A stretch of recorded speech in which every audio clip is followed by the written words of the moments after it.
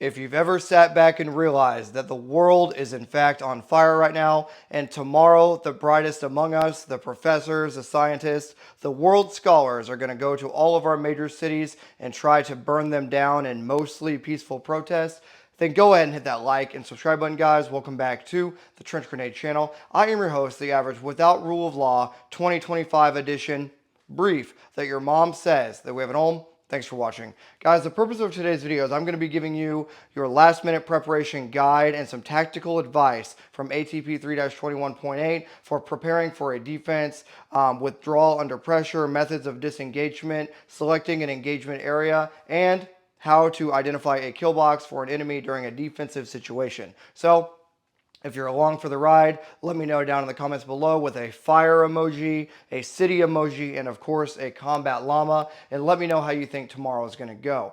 Hit the like button, do all the YouTube stuff, and if you want to donate monetarily, well, I will just simply flag you as payment for donating monetarily with this Beretta 1301 shotgun. I'm sure somebody will clip that, and now I will be the most hated person on the internet by all of the FUDs. Yes, we are rocking a Python in the shoulder holster for the vibes tonight. And without further ado, let's just get right into the brief. So, first and foremost, before we get into the tactical side of things, what should you do right now as you're watching this? Well, you should charge, obviously, all cell phone devices, all generators, all backup phone charging devices, all portable electronic devices. Those need to be charged and pre-staged in your go bag, okay? You need to have those all ready. Pre-charged. Let's talk about water. All of your water needs to be topped off, your emergency water supply, especially if you're in a suburban area or in a city area. If you can't get out or bug out right now, you need to top off all of your emergency water supplies. You need to make sure your chow plan is set and that it is easily attainable to grab and go, okay? So obviously you need to have your go bags prepared, you need to have your water topped off, and your chow plan, whether that be field stripped MREs, whether that be Mountain House meals with jet boil, whatever your chow plan is, make sure you inspect and double check to make sure your lighter for your jet boil or whatever your chow plan is in fact squared away, as long as your water and your portable batteries. Moving forward, the basics. Make sure your vehicle right now is at a full tank of gas. So if you're watching this and you're like, oh shit, I'm literally on E, well, guess what, dude? If you're able to drive, you need to get up, go out, and top off your vehicle right now before things potentially get crazy tomorrow. So all vehicles need to be completely topped off on fuel, and all emergency fuel sources and generators need to be topped off on fuel as well. Let's talk about ammunition. Ammunition, go time ammunition, needs to be loaded in magazines, okay? So whatever your go time ammunition loadout looks like, that stuff needs to be loaded up in magazines, as well as your home defense shotgun, your home defense rifle needs to be set up with your go time ammo, and your home defense handgun, whatever that might be, needs to be ready, okay? So weapons need to be prepared in the off chance that you need it.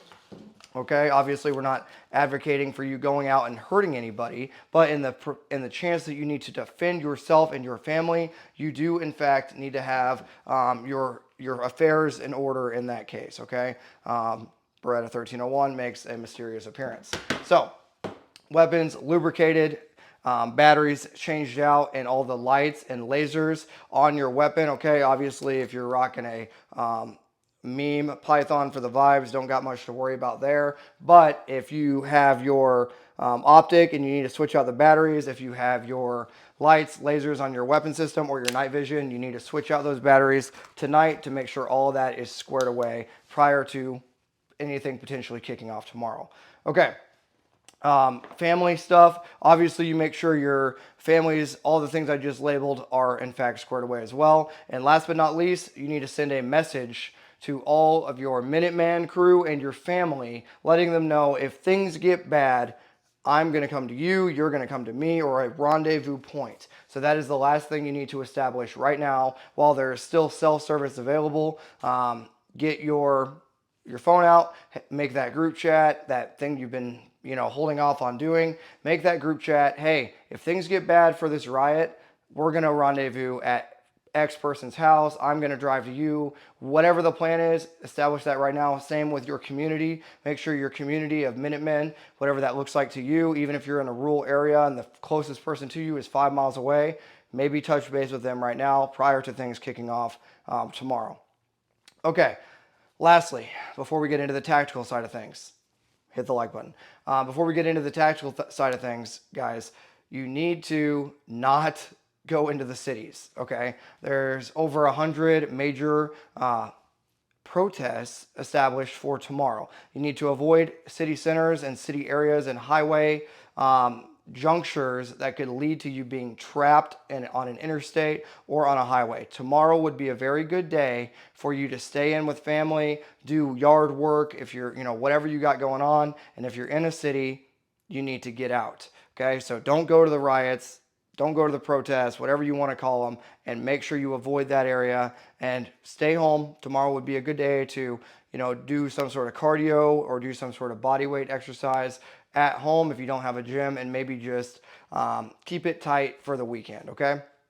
All right. Now I'm going to get into the tactical side of things. I hope all that helps somebody, at least one person out. Now the odds of things getting bad are very high, right? If you want to play the rule of Murphy's Law with this weekend, the odds of things being bad are relatively high. But what we can deduct from that is if we're prepared, the likelihood of it meaning anything diminishes, right? But be aware that all it would take to change your life is some idiot and a Minecraft Molotov cocktail, okay? Again, the best and brightest among us will be at these riots, so we shouldn't have anything to worry about, right? Okay. All right, let's talk about the tactical side of things. If you got this far, make sure you just leave some sort of comment down below. A combat llama, right, for my llama platoon helps out a lot. Join the Patreon, and let's get into the tactical side of things. Withdrawal under pressure. This is all from ATP. ATP 3-21.8 also is, I like to famously title it, The Book on Killing, okay? Withdrawal under pressure, Chapter 5. In a withdrawal under enemy pressure, all units withdraw simultaneously when available routes allow, using delaying tactics to fight their way to the rear. When simultaneous withdrawal of all forces is not practical, for example, when the platoon cannot prepare the position, the security force it conducts a fighting withdrawal, the platoon leader decides the order of the withdrawal. Soldiers and squads not in contact are withdrawn first to provide suppressive fire and allow soldiers and squads or teams in contact to withdraw. Several actions and factors influence this decision.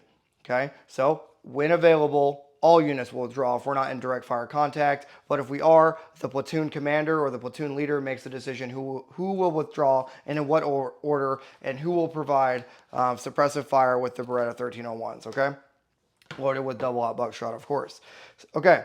Several factors influence this decision, including subsequent missions, availability of transportation assets and routes, disposition of friendly and enemy forces, level and nature of enemy pressure, and degree of urgency associated with the withdrawal. So, why am I teaching you withdrawal? If you find yourself having to withdraw tomorrow, you need to have a number of these things kept in mind, okay? Do you have a subsequent mission? Yeah, survival, okay? Availability of transportation assets. Are the roads blocked? Do you need to dismount and fight on foot and fight away from the riot or the protest on foot, okay? Disposition of friendly and enemy forces. If the enemy is over there, are there more here? Where are our friendly elements to provide support? Level and nature of enemy pressure. If we have overwhelming pressure and we can't break contact, then we have to fight right here. And degree and urgency associated with the withdrawal. If we are going to die right now, then we need to fire and move, get moving. Okay. I want to talk about fire and movement. Section 5-195. Fire and movement to the rear is a basic method of disengaging. All available fires are used to slow the enemy and allow platoons to move away. The company commander may move. You don't have one. Between subordinate platoons, don't worry about that, okay? Using bounding overwatch, a base of fire is formed to cover platoon or squads moving away from the enemy. One platoon or squad acts as the base of fire, delaying the enemy with fire or retaining terrain, blocking the advance of the enemy, while other platoon or squads disengage. In simple terms, if you have a piece of key terrain like a hilltop or a ridgeline, have one squad cover or one person cover while the other person moves, vice versa.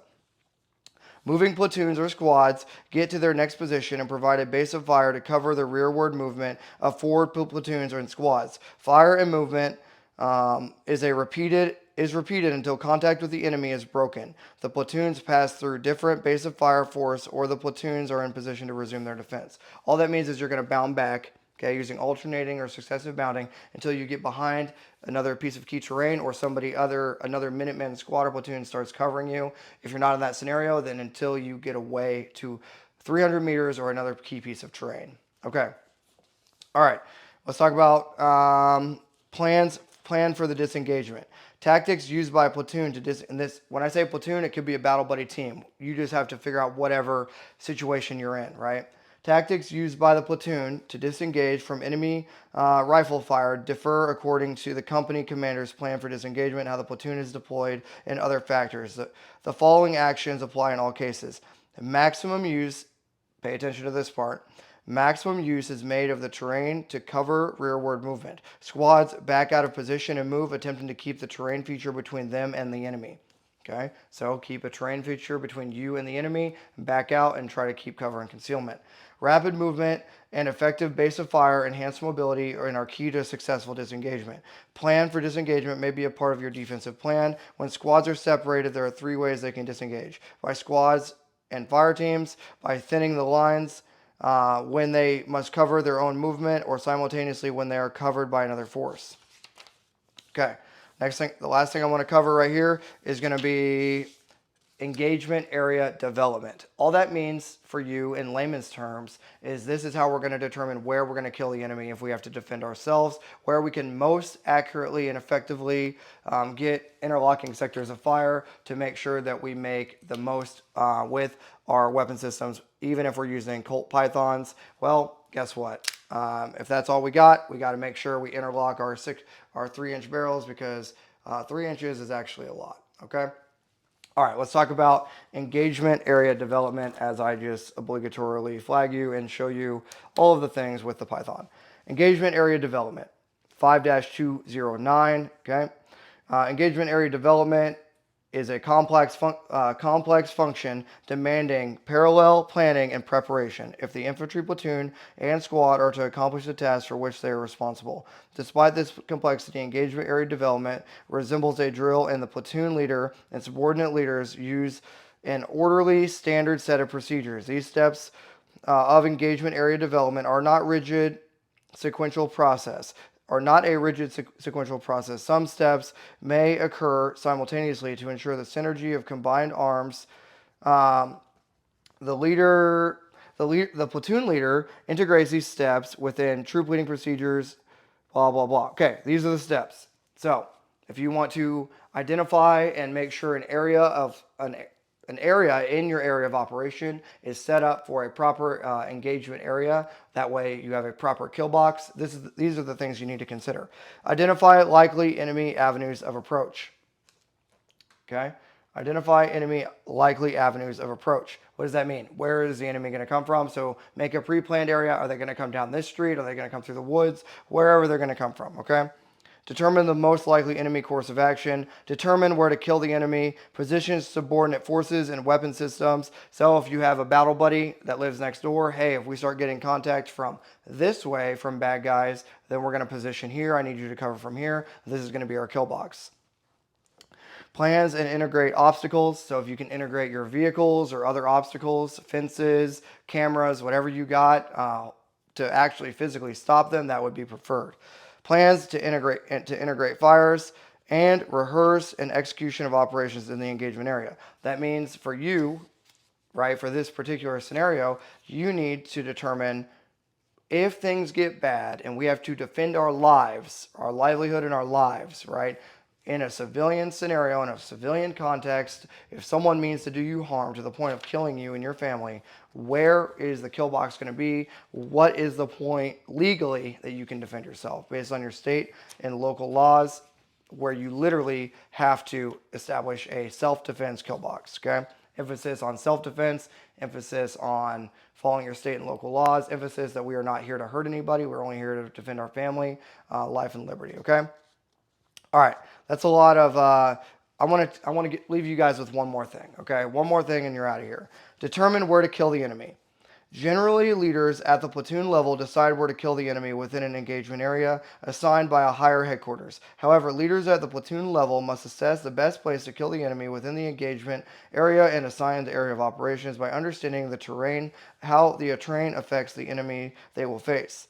An analysis of the terrain, enemy scheme of maneuver, and avenues of approach enable the platoon leader to understand how the enemy will enter and flow through the platoon's area of operation. Within the engagement area, either assigned or identified, for you that's your house, okay, or wherever you're at. Within the engagement area, the platoon leader determines through analysis where exactly to mass fires. For example, it is where the enemy stops to cross a stream. Is it where terrain forces the enemy to cross a point where it can be achieve enfilade fire? Enfilade fire, okay. Or is it at a checkpoint where the platoon can drop a wire obstacle to create a place to mass fires on a stationary enemy? Only after this analysis can the platoon leader or the homeowner accurately identify the most advantageous place to concentrate fires within the engagement area, and then identify target reference points to focus, distribute, and shift fires within those places. Okay? So, some things to consider: identify target reference points, mark the target reference points, determine how many weapon systems will focus fire on each target reference point, determining which element will mass fires on the target reference point, establish engagement areas around the TRPs, and develop and direct fire planning measures to focus on each target reference point and to control ammunition expenditure. Okay, so with all this being said, guys, keep your safety in mind. Keep your family's safety in mind. Don't be going off to the city. Don't be going off to do anything stupid tomorrow. Tomorrow's a day where you just hunker down and watch the news and hope things don't get as bad as we think it's going to get. If you enjoyed today's video and you enjoyed today's, I guess, obligatory Python show, well, leave a snake down below, comment, join the Patreon, do all the stuff. And until next time, this is going to be Trench Grenade, your average, without rule of law, safety brief enjoyer that your mom says we have at home, signing out. Cheers.